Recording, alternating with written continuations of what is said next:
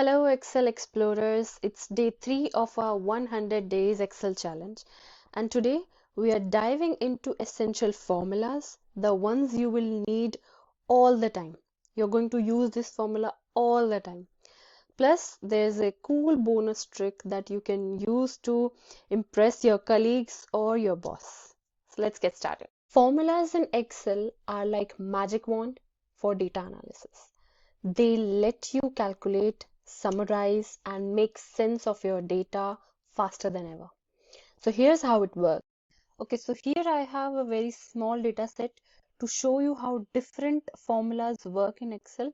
We are going to see one by one each formula and see how we are going to use those formula in this data set to find different values. So starting with the sum, the very basic one, the sum formula. Remember, every formula, no matter which cell, no matter which worksheet, no matter which formula, every formula in Excel start with equals to.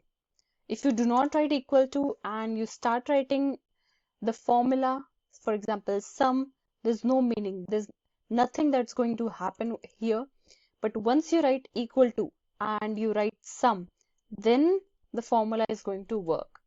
So let's see where we can use the first formula.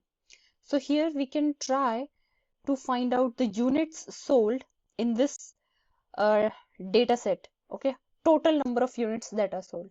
So what do we do here is we put equal to sign, and then as we are starting with sum, we write sum, and we select all the numbers, or all the cells, I should say, all the cells for which we need to find the total sum or total unit.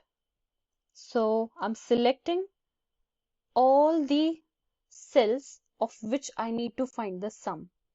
I've got cell 2, C2 to C6. C2 is this C column and second row, and C column with sixth row. So I close the bracket and I press enter. That's how I've got the sum.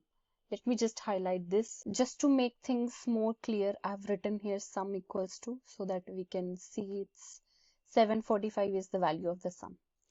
Now we can also notice one thing, that the total sales column is completely blank and we need to fill this. So total sales is going to be the multiplication of total units sold and price of per unit. So what we do here is, again, we can simply just multiply it, right? But I'll show you how we do it in Excel. Again, starting any formula, we have to write equal to. Then we know that we have to multiply this cell with this cell. Okay, so I should just select C2, okay, times D2. All right, the formula is clear, equals to sign, and I've selected two different cells and I have used a multiplication asterisk here to multiply these two so that we get a total cells value, and simply just press enter. So here we have got 120 times 15 is 1800. Now instead of doing this same process for all the cells, what we do here is we simply drag it till the end and the formula automatically gets copied in all the cells. How to check this? When we click here on 1800, we can see here in this part where all the formula gets what we can say, it gets saved over there, something like that.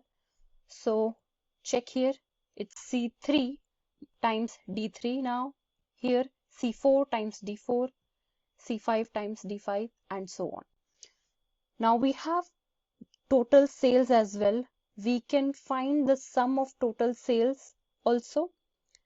Let's see if we have another formula to use.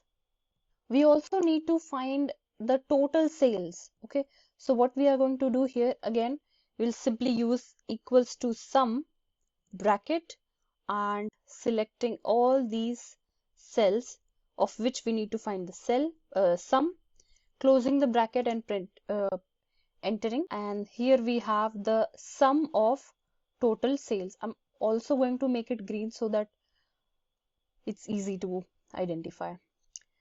Next up, what we find is another formula. Let's go with the average. Let's find out the average units sold for this data set and also the average unit price. Okay, what we do here is again put equal to sign and write average, open the bracket, select all the cells, close the bracket, press enter. Here is the average of units sold. We also need to find the average of price, unit price.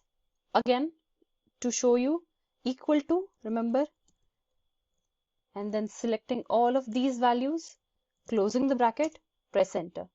This is the average unit price. That's how we have got the average here. We have different types of count formulas to use. For example, we have just equal to count wherein we can use this to count any numerical data.